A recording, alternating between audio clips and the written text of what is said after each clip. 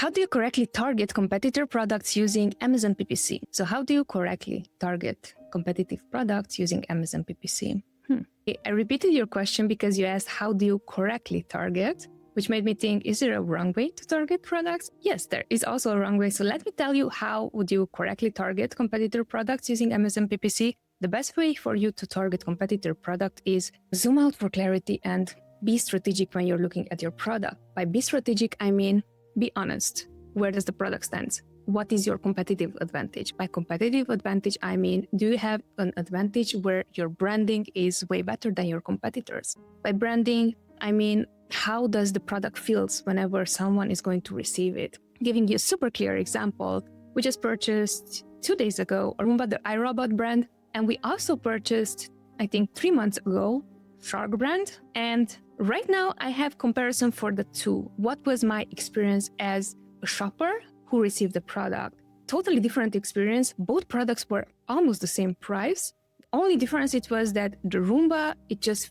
felt premium. And by premium is like, if you ever had the chance to buy any Apple products, the way you're going to open up the packaging, the way they are packaging everything about the experience feels premium. Now, the question is, does your brand feels premium? Because if your brand feels premium, you can very easily sell that within the pictures that you have. So if your competitive advantage is the way how you're selling the brand, how you're making the customer, the end user feel when they receive the product and they are using it, that should be your competitive advantage. This is something that most people don't even talk about. Their competitive advantage is going to be pricing, it's going to be how fast it's shipping, how many colors it has, and so on. If you're smart, you're going to take 5 steps back, okay? What is really my product? If branding it's not, it's completely fine. There are products that are selling for $15, $20, from which I'm not expecting high-end branding because that's what I paid for, right? So receiving a product that was $200, now giving you an example with the Roomba,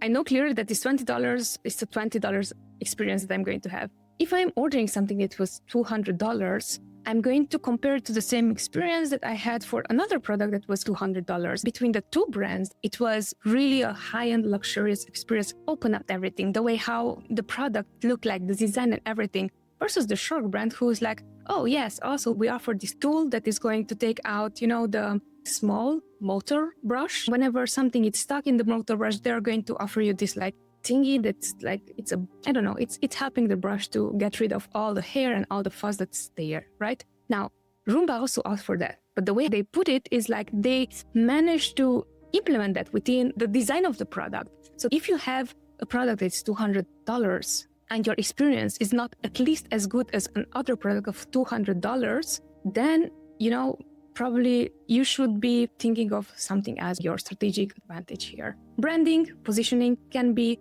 one of the things that is going to differentiate you. Next thing is going to be pricing, creatives, shipping method, if you're shipping FBM versus FBA, if you have coupons on the listing, if you have a strike-through that is going to showcase how much are you selling in retail versus how much you're selling on Amazon. Even videos can be one of the things that can differentiate your brand. It might be the least amount of it, but can help with returns a lot because at least people know how would they feel, what are they going to receive, and what it's going to look like. Those are the brands that we want to target in our Amazon ads. So those would be good competitors to target. Bad competitors to target is going to be anyone who's more expensive than you and you don't have any competitive advantage, anyone who's shipping faster than you and you don't have any competitive advantage. Clear example, if you're selling, for example, protein bars, because we also had the brand with protein bars, their product was amazing and I loved personally their products, but they were shipping FBM because they were classified multiple products. We had no chance